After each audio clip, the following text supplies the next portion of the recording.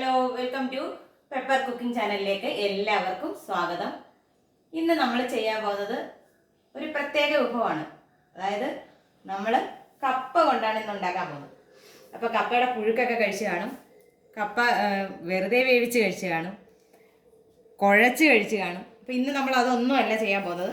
നമുക്ക് കപ്പ വെച്ചിട്ട് ഒരടയാണ് ഉണ്ടാക്കാൻ പോകുന്നത്. അപ്പോൾ നമുക്കതെങ്ങനെയാണെന്ന് നോക്കാം. അതിന് വേണ്ടിയിട്ടുള്ള സാധനങ്ങൾ എന്ന് പറയുന്നത്, ഇപ്പോൾ 1 കിലോ അടുത്ത് കപ്പയുണ്ട്, 1 കപ്പ് തേങ്ങ ചിരകിയത് വേണം, ഇച്ചിരി ഏലക്ക, ശർക്കര. അതായത് ഇതൊരു 1/4 കിലോ കൂടുതൽ ശർക്കരയുണ്ട്. ശർക്കര ഇച്ചിരി മതി. അപ്പം എൻ്റെ കയ്യിൽ അത് ഉരുക്കിയത് ഇരിപ്പുണ്ട്, അതുകൊണ്ട് ഞാൻ അതായിരിക്കും ചേർക്കുന്നത്. പിന്നെ നമുക്ക് ഇച്ചിരി ഉപ്പ് വേണം.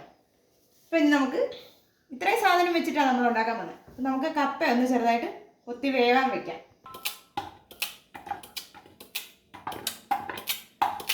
നമുക്കിത് ഉടച്ചെടുക്കാനുള്ളതാണ്, അതുകൊണ്ട് എങ്ങനെ കൊത്തിയാലും വിരോധമൊന്നുമില്ല.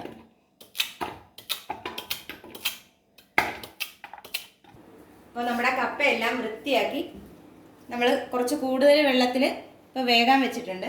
അത് അവിടെ ഇരുന്നൊന്ന് വേകട്ടെ. നമുക്കൊന്ന് മൂടി വെച്ച് കൊടുക്കാം. നമ്മുടെ കപ്പ നന്നായിട്ട് വെന്തിട്ടുണ്ട്.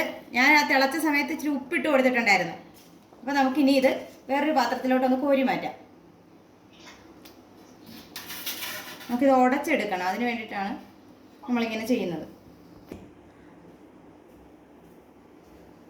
അപ്പോൾ ചെറുതായിട്ടൊന്ന് തണുത്തിട്ടുണ്ട്. നമുക്കിത് ഇതുപോലെ ഇടികല്ലിൻ്റെ കുഴവി ഒന്ന് എടുത്തുകൊണ്ട് വന്നിട്ട് നമുക്ക് ചെറുതായിട്ടൊന്ന് ഉടച്ചു കൊടുക്കാം. നന്നായിട്ട് ഉടച്ചാലും കുഴപ്പമൊന്നുമില്ല. നമുക്കിത് കുമ്പിളപ്പം പോലെ ഉണ്ടാക്കേണ്ടതാണ്. അപ്പം നമുക്കിതെല്ലാം കൂടെ ചേർത്ത് എടുക്കേണ്ടതല്ലേ. അപ്പം നന്നായിട്ടൊന്ന് ഇടിച്ച് ചതച്ചൊക്കെ എടുക്കാം. തരി ഒട്ടും ഇല്ലാതെ എടുക്കാൻ പറ്റിയ അതാണ് ഏറ്റവും നല്ലത്. നമ്മളിത് അട ഉണ്ടാക്കാനുള്ള കുമ്പിളെല്ലാം ശരിയായിട്ടുണ്ട്. അപ്പം നമുക്കിതിനകത്തേക്ക് നമ്മൾ കപ്പ നന്നായിട്ട് ഉടച്ച് വെച്ചിട്ടുണ്ട്. ഇതിനകത്തേക്ക് നമുക്ക് തേങ്ങ ചേർത്ത് കൊടുക്കാം. തേങ്ങ ചേർത്ത് കൊടുക്കും. അതുപോലെ തന്നെ നമ്മുടെ ഏലക്ക പൊടിച്ചത് ചേർത്ത് കൊടുക്കാം.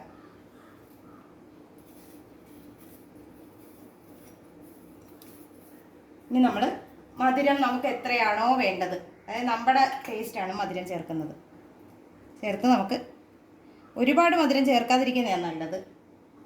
അതുകൊണ്ട് ഞാൻ നോക്കിയേ ചേർക്കത്തുള്ളൂ. നമുക്ക് കുഴച്ചെടുക്കാം.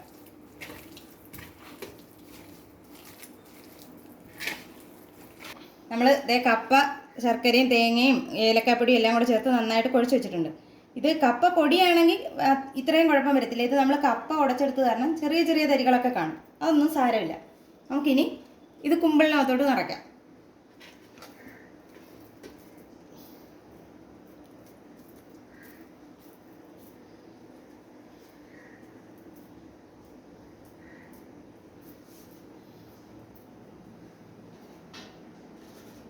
ഇത് നമുക്ക് ഒരുപാട് സമയമൊന്നും ഇട്ട് വേവിക്കണ്ട, എല്ലാ സാധനവും വേവിച്ചതല്ലേ. എന്നാലും നമുക്കിതൊന്ന് ആവി കയറ്റി എടുക്കണം, എന്നാലേ അതെല്ലാം കൂടെ ഒന്ന് യോജിച്ച് വരത്തുള്ളൂ.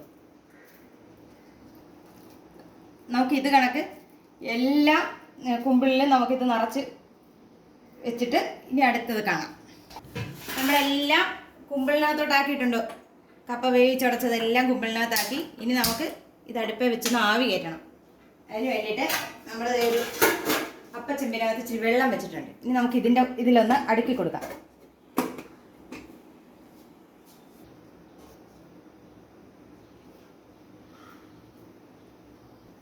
നമ്മളെല്ലാം അപ്പച്ചെമ്പിലാക്കിയിട്ടുണ്ട്.